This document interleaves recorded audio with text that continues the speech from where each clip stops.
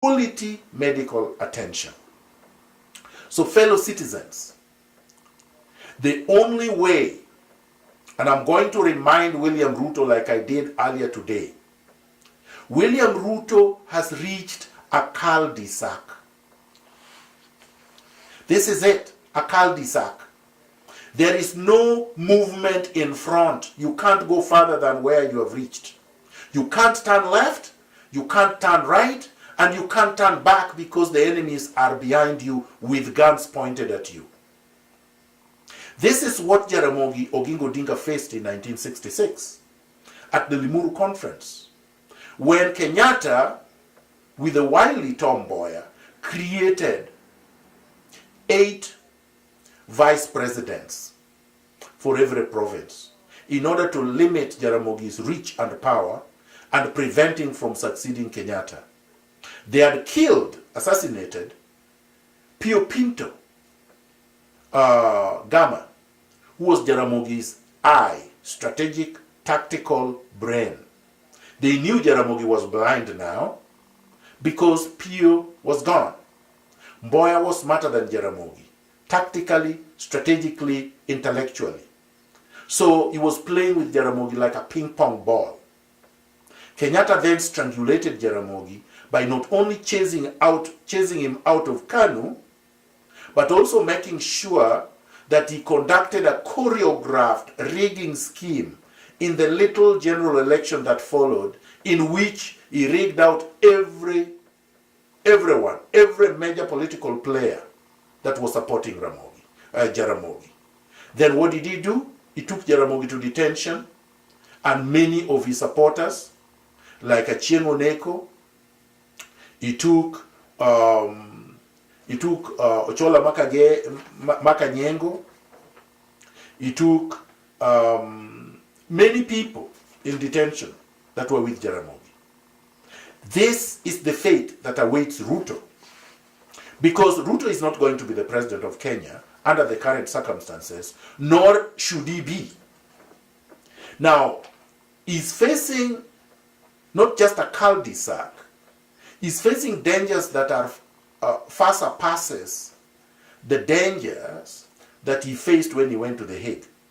Because at least at The Hague he had Kenyatta, who was a scion of Jomo, who was being protected by the West, and therefore, even though his back was against the wall, but there were two.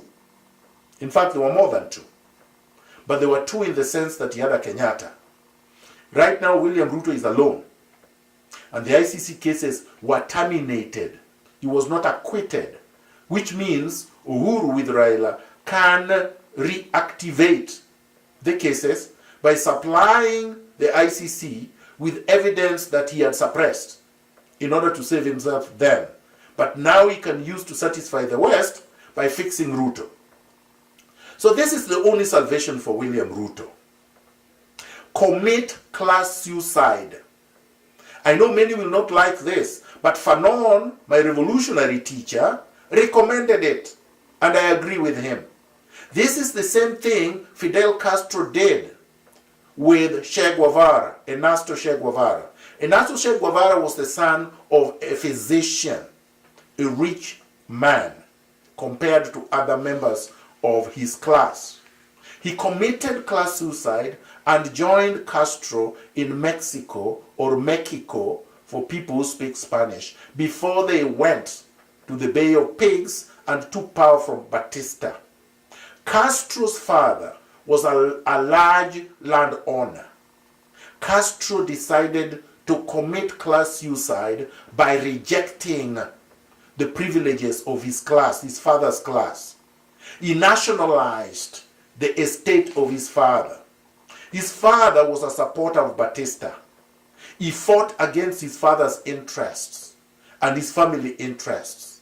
He committed class suicide as an elite. That's what Vladimir Lenin did in Russia in 1917. That is when the revolution occurred. But before the revolution, Vladimir Lenin came from a privileged background, was studying law. The same as Castro. This is what I recommend for Ruto. Now he can take it or he can leave it. If he takes it, it means that he must restitute fully for all the wealth that he has stolen from the Kenyan people. He must return every single cent that he has stolen, every single land that he has looted. He must apologize concretely, and he must pay restitution. Then he must join the revolution. Then Kenyans will determine how to judge him, whether to allow him to become a comrade and fight with us for the third and final liberation of Kenya, or we will crush him the same way the people will crush the rapacious looters. The revolution is ongoing, and it will reach a point where it cannot be sabotaged. Today, you would think that Miguna is just a lone ranger, an isolated voice. This is what they thought of Castro. He was just in his 20s, had been expelled from the University of Havana, where he was studying law. And with Raul, his younger brother, they left to go to Mexico. Two young men.